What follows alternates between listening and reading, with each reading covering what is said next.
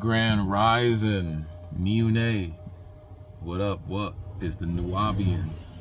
But who the hell Caillou? Look, I'm on the road out here in California. You know how we do. We go everywhere to increase the commerce, right? But I want to make this video because I've been hearing just a lot of stuff about, black women, and I kind of feel like some of those misnomered black women may be part of the Aniawea, right? Because I'm a Nubian of the Aniawea tribe, which they falsely call Cherokee, which is a French word. So we're not French, so we wouldn't go by these words. However, I do speak English, and I speak it well. So, with black women, they just fell victim to a lot of propaganda, and it has nothing to do with black men, and it has actually nothing to do with that. They fell victim to the color purple and roots, like we all did. Some of us snapped out of it and recognized ourselves as Moors and recognized, our tribe, our heritage. Well, when you say that you're black, you don't recognize anything. You just recognize that you're basically property, right? That's why they made the 14th Amendment to include blacks, because blacks are not part of the original Constitution. That's just for America, though, right? And also for the fake Cherokee Nation out there in the East Coast, they also tried to deny blacks, but Caucasians are running the country. That don't make sense. So I don't recognize that nation, right? Because they got in by paperwork. But anyway, this going back. Don't let me slide off the rails here. Let me go back to what we're talking about. So-called black women. They just fell victim to a lot of propaganda. A lot of single mothers thought that was okay to be single, like in the 80s. With the black exploitation films, it really messed black people up. And then also a lot of rap music is messing black women up and black men, but I'm talking about so-called black women. It just messed you guys up. That's why you guys got the bad attitude, the ratchetness, the ghetto-ness. You watch Kevin Samuels show, you'll see some of them on there real ghetto, even the professional ones. They're real argumentative with men. It's like they hate men. Some of the women that get on there, I forgot this woman's name in particular, but she was about 51 years old. I guess says she was successful in business, but she was very unsuccessful in relationships. And Kevin Samuels is saying that men don't care about your financial success. Some men might, some beta males might, but an alpha, or I forget alpha, because that's a Greek word. A strong brother, a strong man doing his thing, owns property, runs companies, makes a lot of money. He really don't care. That's not high on his priority list. Need to be fit, inspirational, and cooperative, right? Which I agree with those guidelines for women.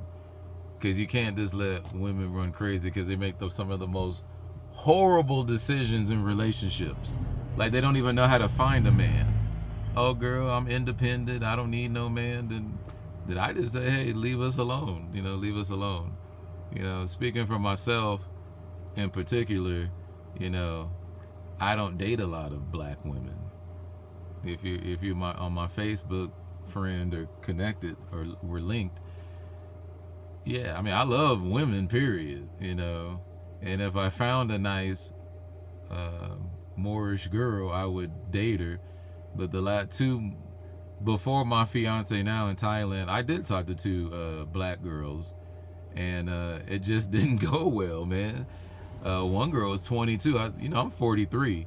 I'm talking to this girl out of Baltimore. She's like 22, and I posted something up we had been talking for like 2 months, and I'm like, she's kind of young. What's she talking about old butt for, right? But she was talking about coming out to Arizona, and I posted something on Facebook, and she went crazy. It wasn't even toward her, and she went nuts. Like she lost her mind. I'm like, what's wrong with this girl? Is she okay? I just posted something up on Facebook, and she basically slammed the door on me, and I was like, I don't even understand what the hell just happened. You know what I mean? Like, I don't understand this black stuff. And who else? Oh, there's one. I don't know what her name was. I met her on Facebook. She was actually going to be part of the nation, but she had ulterior motives for this Moorish National Divine Movement. She was basically a fraudster. But it's funny, y'all, because she mentioned when she came to the nation that she had a husband, right? So this is the game she was playing. She said had a husband. I'm like, okay, that's cool. I mean, no, I mean she was a little chubby, a little overweight. She had a cute face, but she was a little overweight for my taste. And but there's a lot of black women who are overweight. Cool, no problem. I wasn't looking at her sexually. I was looking at her to fulfill a seat in the nation. And a week goes by, then all of a sudden, her husband turns into a fiance. So I'm like, well, how did that happen? But we were all cool, still talking. She was attending meetings, and we were helping her with her constitution because she didn't really know what she was doing. And then I ended up having a long conversation with her for like an hour, and she asked me about her man out in New York. I guess he's some thug, and he caught a charge, right? Caught a gun charge. Now this woman's supposed to be she was in the military too, right? So she had outstanding credentials actually. When we looked at her resume, she had outstanding credentials. So I'm like, why would a girl like this be with a street thug who can't do nothing for her? I said, this is one of these women that just can't make relationship decisions, So we talk, and she's like, she wanted to get my advice because the dude caught another gun charge, another felony, right? And she's like, oh, she's calling him a coward because he doesn't want to fight his case with some magical paperwork. She's into this paperwork stuff with Moors. And she asked me, I'm like, well, shouldn't a brother just serve some time? He out there wilding out on the streets, and I think the right thing to do is, go get a lawyer, plead to the charge, go serve a couple years in prison. Because obviously the brother's out there doing no good.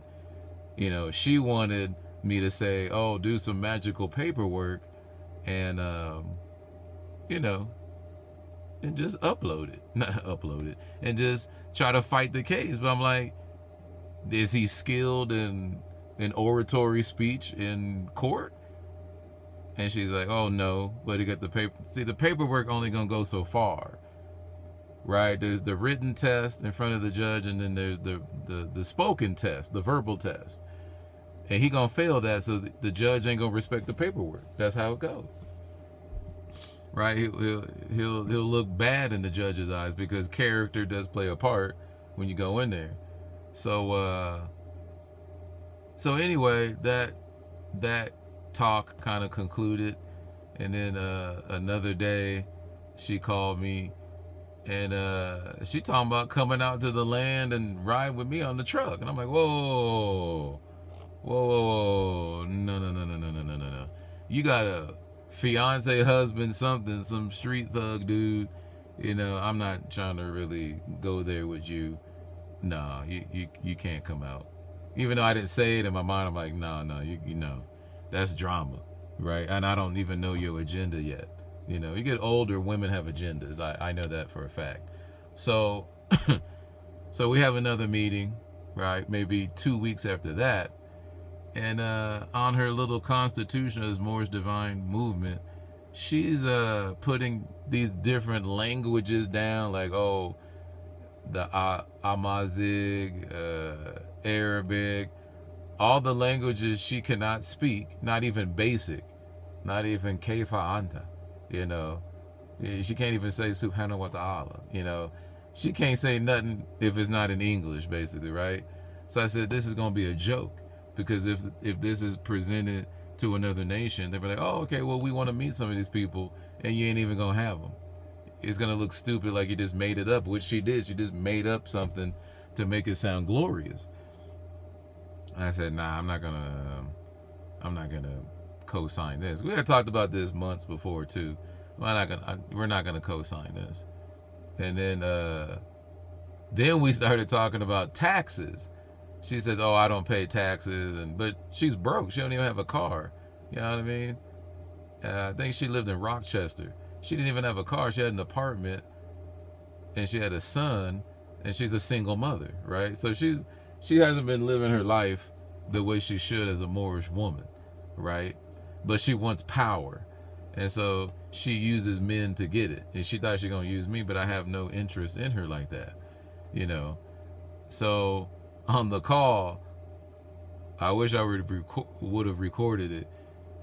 When I said, you're kind of mooching off the community because you're not paying taxes, right? And you should pay taxes for the community that you live in because the local government has to build the roads, schools. The government got to pay for things, so you should pay your share of the taxes. And she just went ballistic on the call. I thought she was gonna turn into the Exorcist. She started swinging her head around, that black girl thing. She started doing all that and rolling her eye. I thought the Exorcist was gonna come and get me. So anyway, that's my experience with the last two black girls I've been with. And my ex-wife too, she was Mexican. She started flipping out too. So it hasn't been going well for Mudhuta, y'all, with Latin or black women, because to tell you the truth, they kind of act the same when they all pissed off, So definitely need to become more civilized in that area. But as far as black women in general, and on the Kevin Samuel show, it's starting to show me there are some nice sisters out there. I've dated nice sisters too, very calm, cool, and collective. So there's the other side of the spectrum too. But what we're seeing on the multimedia and in social media, we're seeing a lot of ratchet black girls.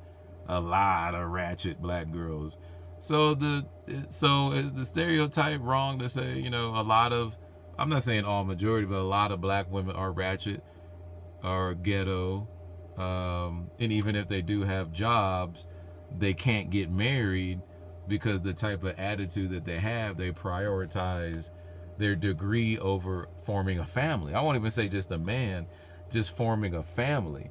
And that's why they have a lot of single black mothers who never get married, because they're focused on what they want to do solely. They're not focused on men. You know what I mean? So then you see a lot of brothers, dating outside of their race, including myself. So, Kevin Samuel says 54% of black men are not married and childless, right? 3 out of 4 black marriages end because the woman, 4 out of 5, which is 80%, black women are divorcing men and just leaving, right? Most women become millionaires through divorce. Did you know that, y'all? It don't surprise me, but when I heard the statistic, I was still like, wow, it doesn't surprise me. And that's not even just black. That's American women become rich from divorcing the husband. So I'm telling men, stop getting these Caucasoid Christian marriages. Do private marriage contracts. And you can do a private marriage contract. United States Constitution, section 1, Article 10. I think it's section 1, Article 10, where it says that the state cannot, I forgot the exact wording, cannot abridge an obligation. Obligation is through contract. An obligation. So if you have a contract, you have an obligation between two parties. And so basically you could sign your own private marriage contract as long as it doesn't have to do with death, assigning someone's death, or enslaving someone, which there are contracts that will enslave you. But anyway, I want to stay on topic here. But black women have been through some things. But the thing is, they're not trying to fix it, right? They're trying to blame black men and blame the Caucasoid. I'm like, nah, we over them days. You You got to do your own thing. You got to, or do your community thing. But you need to do something besides go and get a degree. I'm a PhD. I'm a PhD. The girl said, I don't need a man. I got a PhD. Well, I hope your PhD gonna make love to you and be your husband. You know what I mean? So it's the same thing with black women on welfare or child support. The government becomes their man. Now the master teacher says that the black woman doesn't respect the black man because when she goes to work, who is her boss? Is usually some caucasoid, right? So we gotta run our own businesses so our wives respect us and look at us as the man and give us the respect that we need. A lot of brothers is falling off too. We'll talk about the men. A lot of men are not stepping up the way they need to. You got brothers on Facebook talking about, oh, I'm not gonna take care of my woman and the baby. What? If that's your kid, bro, like even if you break up with the baby moms, you still need to take care of your offspring. Yeah, you need to take care of your offspring, bro. Like I don't really support that. I don't support that. That's a genetic agreement that you have. Just because the woman, didn't work out with the woman, forget her, man. Forget her, man. That's the problem I got with my baby moms. She wanted me to take care of her, excuse me, for the rest of her life. And I'm like, no, you're not really, I don't really see you as a wife. So it was my mistake for us agreeing to have a baby. But then when things went down the road, she started cheating on me at the club. I'm like, well, nah, we're definitely not going to get married. And plus, you got chlamydia from somebody at the club. You know what I'm saying? You know what I mean? Because she would try to come home 3 o'clock in the morning. I know what she does at the club because I met her at the club in San Diego. So she would try to hop in the bed with me. I said, nah, you got to get your nasty ass out my bed. I know what you do at the club. You got to sleep in the other room. You are not allowed to sleep next to me no more with your nasty ass. And she was Filipino, so she wasn't assisted. But, but these women, if women, there's a line here, right? There's a line in the sand. If you let that woman cross over that line and habitually cross over that line, you lose power, homie, in the relationship. You better make sure that girl, you reinforce that line, because women will disrespect you in ways that you never thought possible. But on the flip side, you got a woman who really loves you. You respect her, she respects you, and everything is kosher. You know what I'm saying? Everything is kosher. Inshallah, everything is kosher. As long as there's some rules and guidelines to the relationship, it's fine. See, a lot of these modern women, I'm talking about black women in particular, they don't want rules. And if there are rules, they want to be the ones to impose them. But women are not lawgivers by nature. They're not lawgivers. They're not. Do some women run households? Yeah, maybe 1 out of 50,000 is ran by women, but that's not the norm. You know what I mean? That's not the norm. Usually the man is the one who lays down the law with the wife and the children, especially the children. Because what do you see when single black mothers raise children? They grow up to be killers, gangbangers, thugs.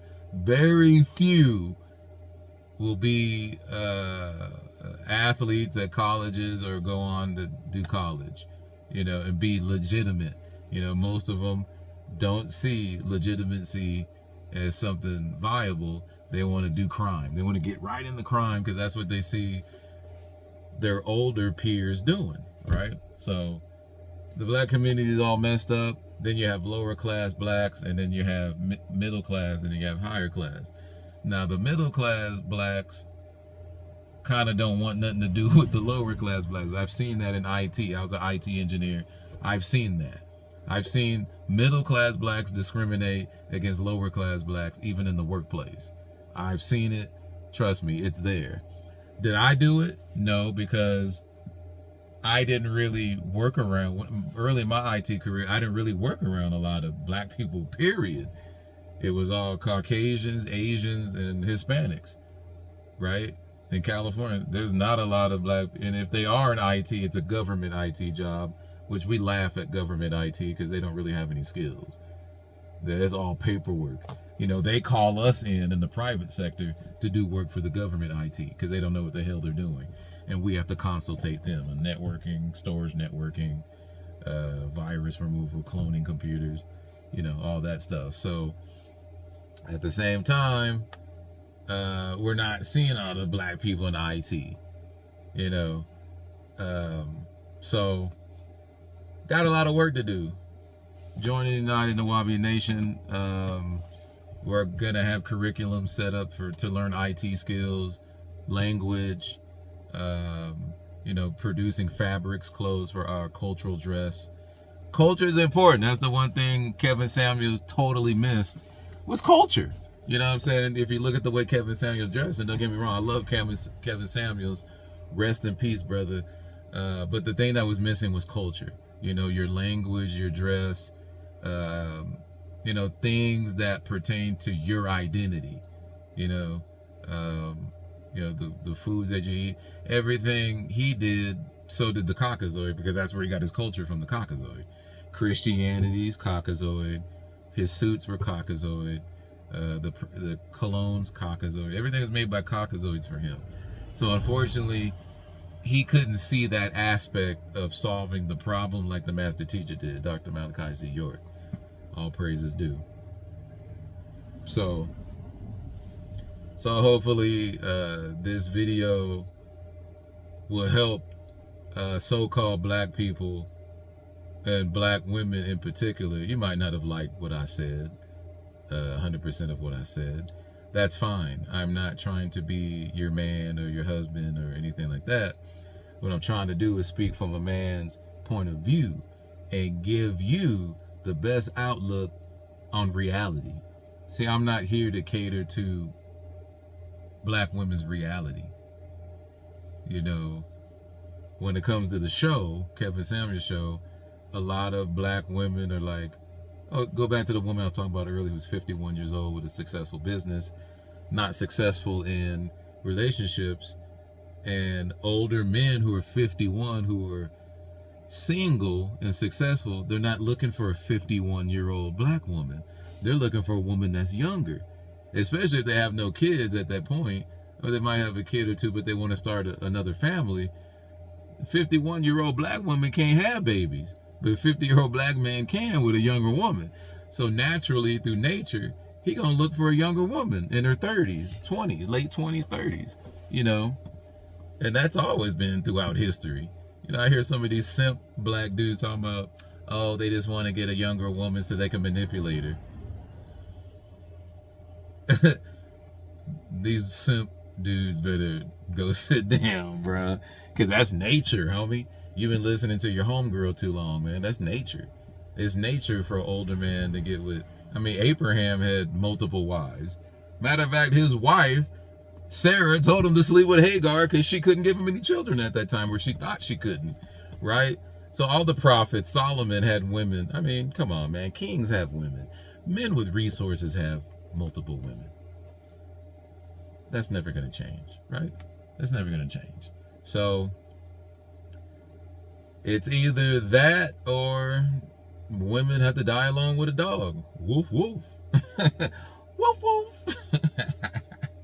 Or a chihuahua. I can't even make a chihuahua sound because my voice too deep. So anyway, this is Mahuta from the Aniawea Band of the United Nawabi Nation of Moors, giving you my perspective on what's going on out here with black women. You know what I'm saying? We can change it around, but the identity thing, you know, because some people say, oh, that's black culture. I agree, that's black culture. It's not Nawabian culture. It's not Aniawea culture by far. Do not associate this with this black stuff, right? At all. This is, we ain't playing with that. They do what they do, and we do what we do. Now, my analogy is, before I sign off here, is somebody in Atlanta, Georgia, go kill somebody, and I'm in California, and they say, oh, you know, black people are bad, or black, don't, no, you're not talking about us. You ain't talking about us. We don't advocate for that. We didn't go tell them to shoot somebody. you know, because he's mad because he's poor in the ghetto. Being poor in the ghetto doesn't give you an excuse to go kill somebody, y'all. There's many poor people across the planet. They don't just go kill somebody. Oh, I'm trying to get the bag, so I'm gonna go pop somebody. Nah, that's not a justification. And I hope you're arrested and put away for a long time. You know, because an eye for an eye. You kill somebody, either you should be put to the electric chair, firing squad. This is what it needs to be, your firing squad. Let them put some holes in your life, because you're ratchet, right? And you're harming other human beings who just want to live. Some people don't mind if they poor, you know, as long as they live a carefree life, they're able to get a little job, and you know, some people don't mind, you know, and that's cool. A lot of these, I'm gonna talk for black dudes, they want to be rich overnight. They want to sell a brick or something and get the bag and get the bands and whatever they call it now and be rich overnight. Well, life don't work that way, and there's consequences, because either the cops gonna get you or your rival's gonna get you, right? But it's gonna be made right. The universe gonna make it right. So if you think you're getting away with something now, watch till karma come back and get you, right? And so, you know, black men who talk to black women foul and hit there are instances where men are hitting women. I don't advocate for that either. A woman should leave. A woman should leave. Now, if it only happens one time, the brother worked on it, give the brother a chance, especially if you have children. But if he's out of control, he just hitting you, drinking the bottle and just hitting you, leave. Take the children and get the hell up on out of there. And I'm hoping to hopefully find some good Nuwaubians who want to join the nation, finish the projects that we have on the land in Arizona, which sits on the energy grid that the master teacher, the I Am America map, if brothers remember, it's an indigenous map anyway, but it kind of shows the energy grids, and we're sitting right on it in Arizona. That's why we chose the land. So hoping to make a place for women and children, so they could build themselves back up and learn what Nuwaubu is, increase the power of their mind, and increase the power of the children's mind directly. So but anyway, this is gonna be my video. I'm signing off. Wadu Machugum, which means my beloved. So I'm signing off, my beloved. Farewell, peace. Keep your head up high, black women. Keep your head up high. Keep your head up high and get culture, because black is just a color. It don't say what you are on the inside, and it don't say what's going on in your mind, how you think in your mind. So black is just a color. Wadu.